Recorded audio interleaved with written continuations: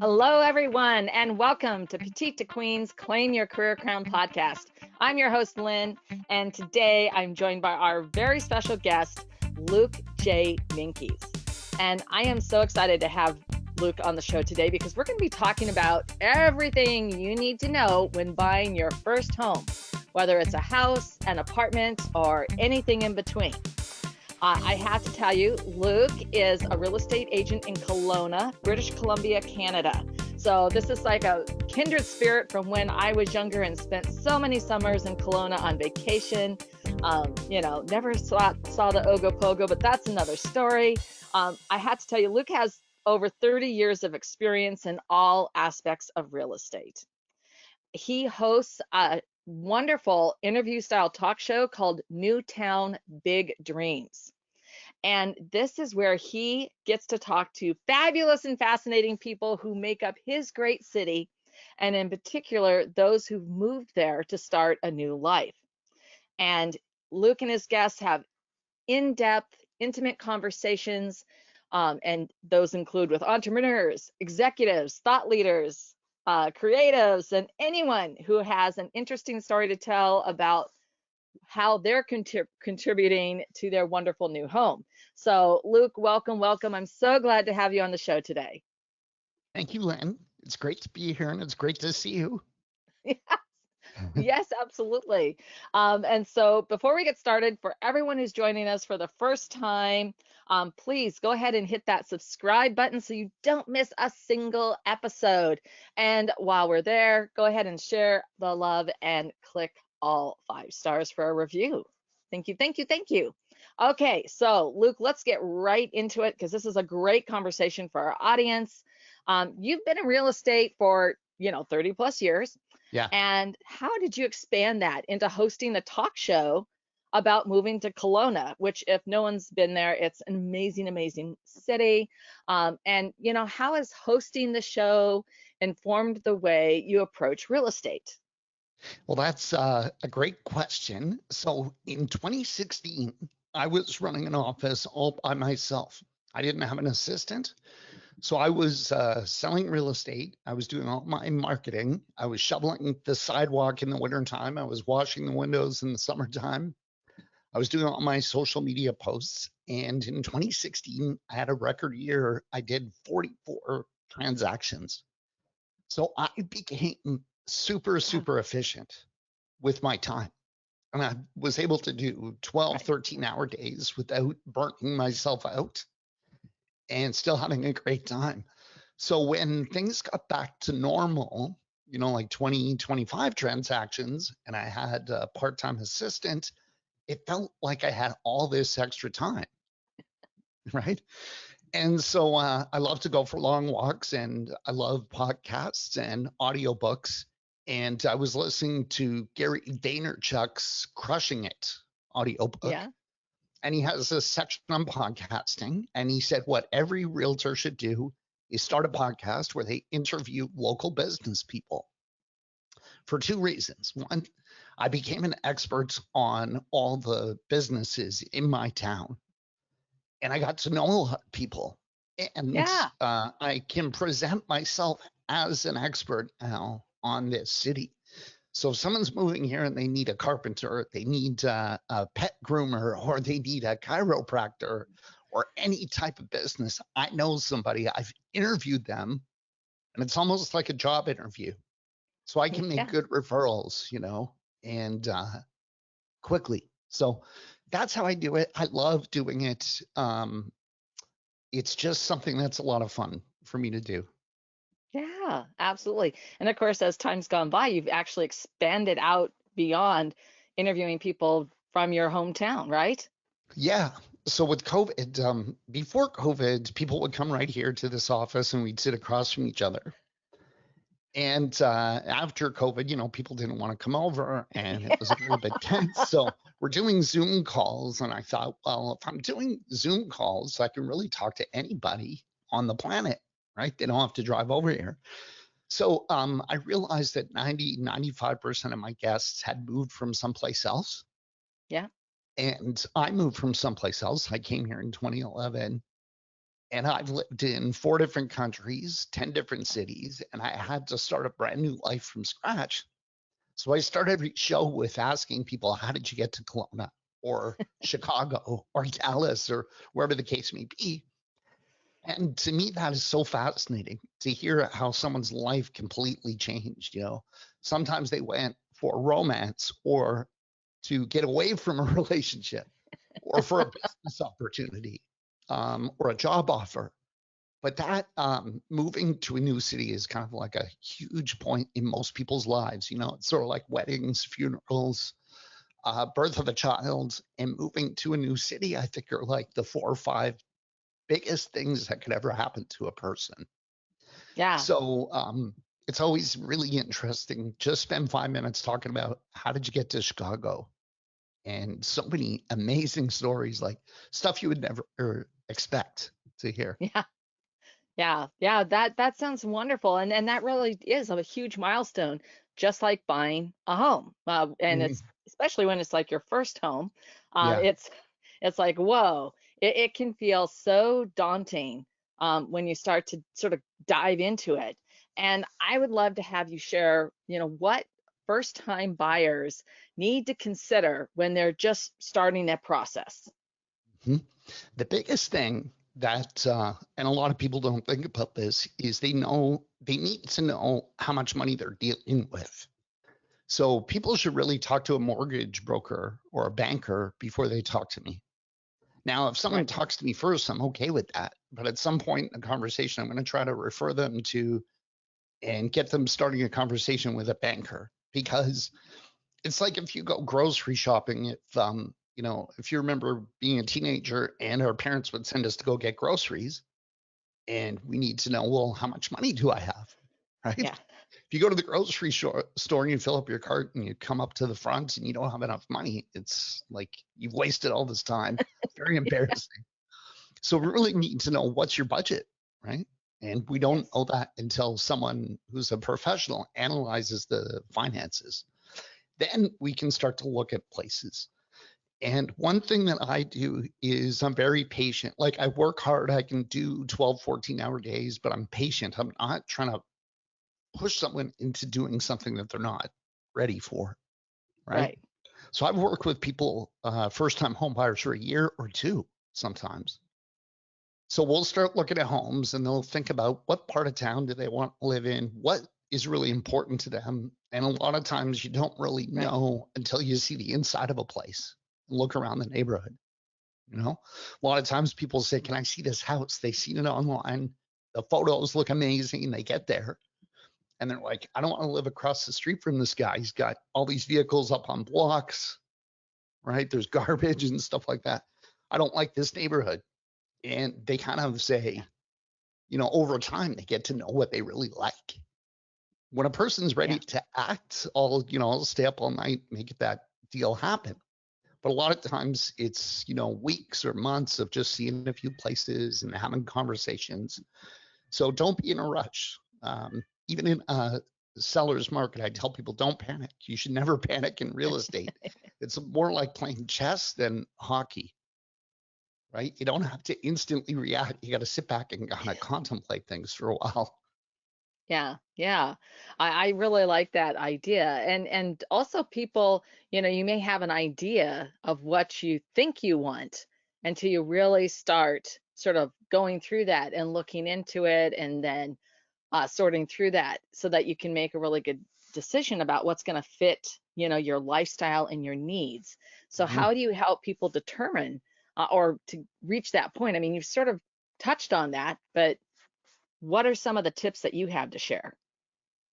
So I love psychology. So I like to just watch people, not in a creepy way or overbearing way, but I like to see how people react when they walk into a house.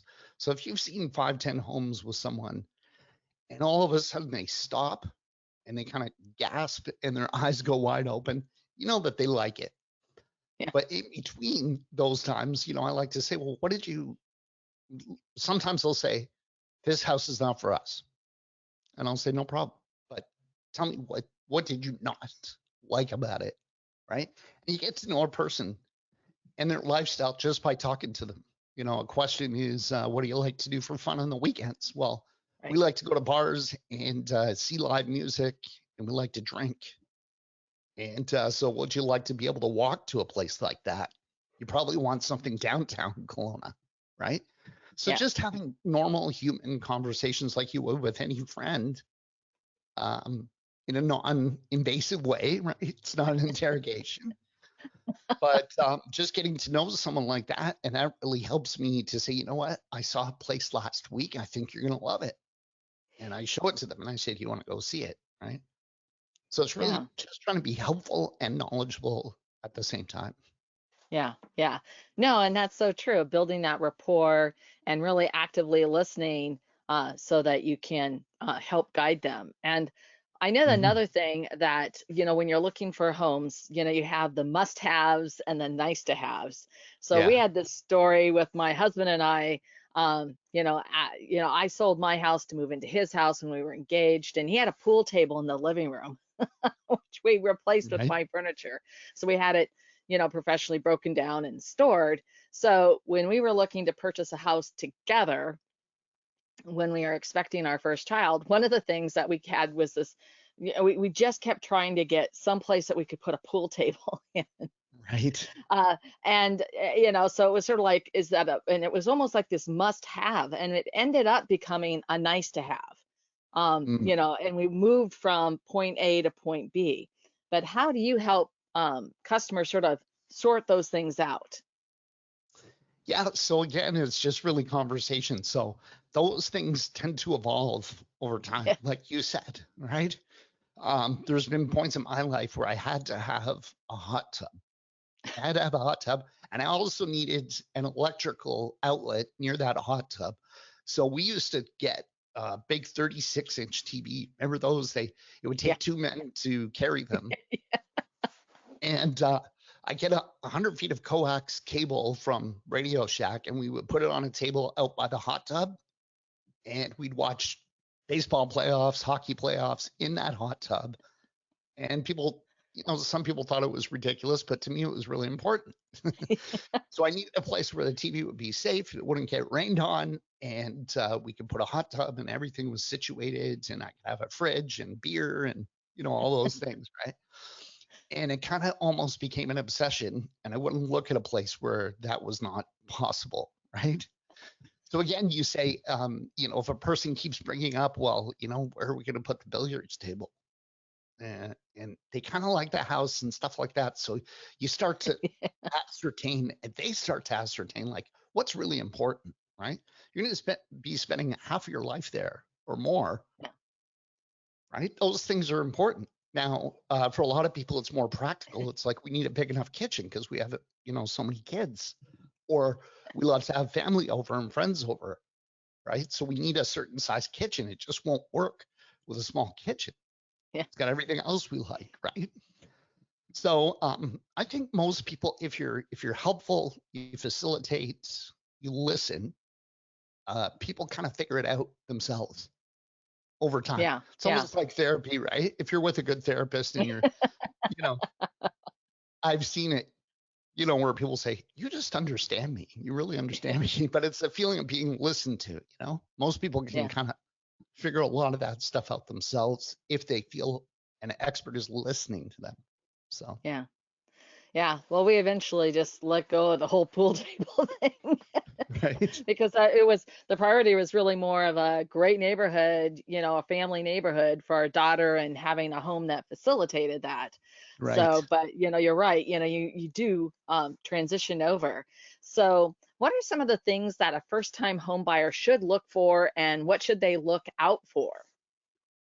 Well, like we talked about, the finances are the most important thing, I would Right. say. And you really want a home that is in good shape. So the inspection report is so crucial. I've made the mistake in the past of ignoring things. Most people, unless they're handy, now some people, maybe 10% of my clients, they get really excited when they see problems in a home because they think there's opportunity there and they want to recreate that home in their image. But most people are not working in the trades, right? Most Yes. people are working in offices or you know, medical or whatever they're working at, and they will look at a house that has even minor issues as a lot of work. Right. And they should look at it as a lot of work because these things are a hassle. You gotta call a plumber, you gotta wait for the plumber, very expensive. And if you're not part of the trades, you can, it's sort of like auto mechanics. If you have an old car, you don't know if they're telling you the truth. Oh yeah, we put it up on the hoist and it needs $1,200. You're like, okay, right? This is a real hassle for people. So you want something that's in good shape. You need to look.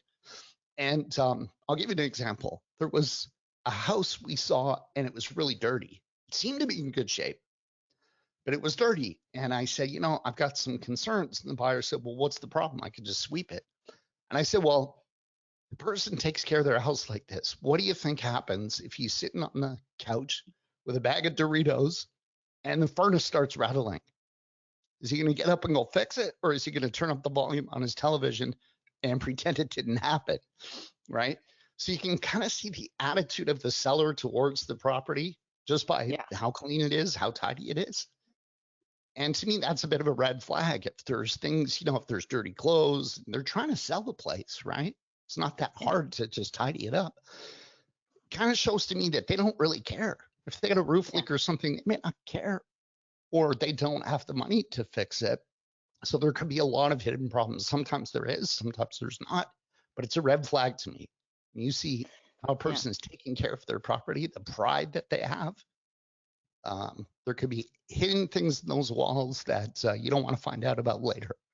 Yes, absolutely. Not unless you are specifically looking for a fixer-upper. So, Exactly. and the blood, sweat, tears, and yeah, the you know Right. the amount of money you might have to pour into it. Wow. So that's a really good point, and I absolutely feel the same way. I mean, you can pick those things up in all kinds of different ways Hmm. when you're not only just when you're looking at to buy a house, but even when you're looking for a new job. What does the office environment or the operations, the production floor environment look like? Their lunchroom, things like that, Yeah, because it tells you a little bit about the culture of the organization. for So, sure. all right, so we're sort of going to go back to the home and let's sort of round this out because I'd like to, so here we are. And, I walked in and my eyes lit up. I got all excited and I just went, I actually had this happen once with my husband and he literally, if he, at least metaphorically, he dropped to his knees and went, yes, but you Right. found the perfect home. So how do you go about getting everything ready to make an offer? Right. So I've done so many transactions, I could almost do it unconsciously, but I don't want to make any mistakes. Like this is so important, right? It's people's money, it's people's lives. So Yep. I have a checklist which details like every single point, even though I've done it, hundreds of times. I want to make sure I haven't missed anything. So one of the things I've noticed, like sometimes deals go sideways. It's Yeah. less and less often now, the more experience I get. But I realize I have to manage people's expectations. So if I've had a conversation with the mortgage broker and they say, it's kind of dicey, they could go up to 700,000, but that's absolute max. And they're asking 720 for the house, and maybe I think, well, it's a little bit overpriced. We could probably get it for 690, but there's no guarantees, right, that we'll get it for the right price or that you're going to qualify. So I don't want to be negative. I don't say, your odds are really low. Like but I just say, look, we have some things to get through and we're going to do everything we can to make it happen, but I try to set their expectations so that if it doesn't work out, they're not completely devastated, right? Right. And then I Right. outline all the steps we got to go through. So first we got to negotiate the contract. Then we have to arrange for an inspection. You need a good inspector, someone you trust, but also who isn't catastrophic, right? I had an Right. inspector who was looking at a crack in the wall in the foundation and it was easily fixed, but it was a big crack. And he was just staring at it going, oh my God, oh my God, oh my God. My buyer said, I'm not buying this house. Like he Yeah. terrified me. Instead of Yeah. saying, this is pretty common in a 50-year-old house. We need to get it looked at. Here's the solution, right? He was just Yeah. like, she was thinking maybe this house is going to fall on my head. Yeah, exactly. So you got to have the right professionals that are honest and will point out problems, but solution oriented.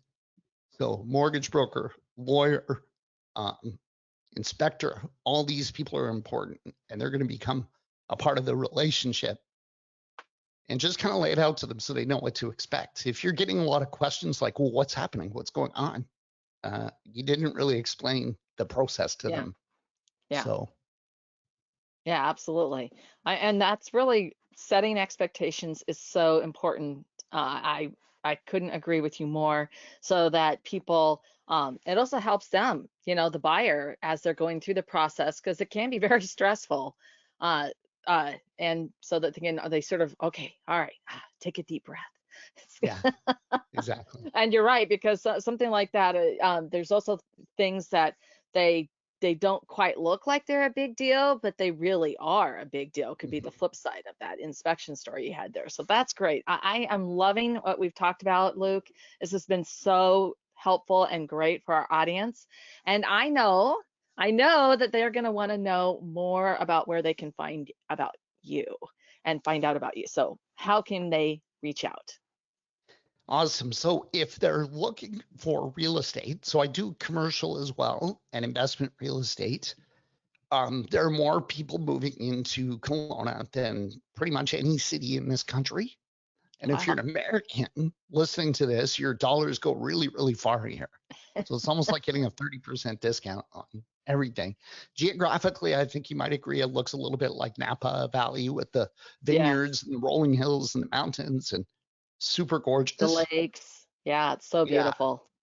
So the rental market's really hot here too. So if you want to invest in real estate here, LinkedIn is probably the best place to find me for that. And if you want to check out my podcast, just in any podcast player that you use, type in Newtown Big Dreams. You'll find the podcast everywhere. Yeah, absolutely. Absolutely. So, everybody, that's how you get in touch with Luke.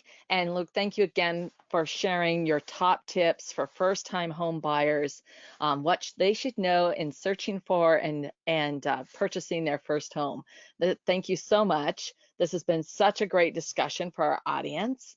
And for everyone out there, if you have ideas that you would like to share, please leave us a comment. We love hearing from you. If you'd like to suggest a topic or you have a question, you can email us at jointheconversation@petitetoqueen.com. And to stay current on all of our insightful advice and breakthrough advantages, sign up for our weekly wisdoms newsletter at petitetoqueen.com. And you won't miss out on a single amazing episode like this one. Thank you for listening, Luke. Luke, thank you. Thank you so much for coming on today. Thank you, Lynn. It's been a blast. I really appreciate it.